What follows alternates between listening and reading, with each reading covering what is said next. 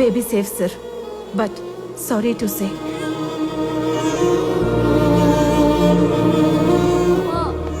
అమ్మా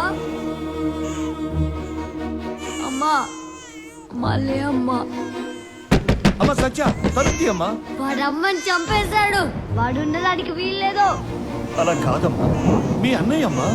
నాకే అన్నయ్య లేడు. నేను చెప్పేది వినమ్మా. అమ్మ లేదనుకుంటావేమో నాన్న, అమ్మ మాతోనే ఉంది. అందుకే అన్ని ఇంట్లో అమ్మ చెప్పినట్టే జరగాలి. అమ్మ వాడి ఇంట్లో ఉండొద్దండి.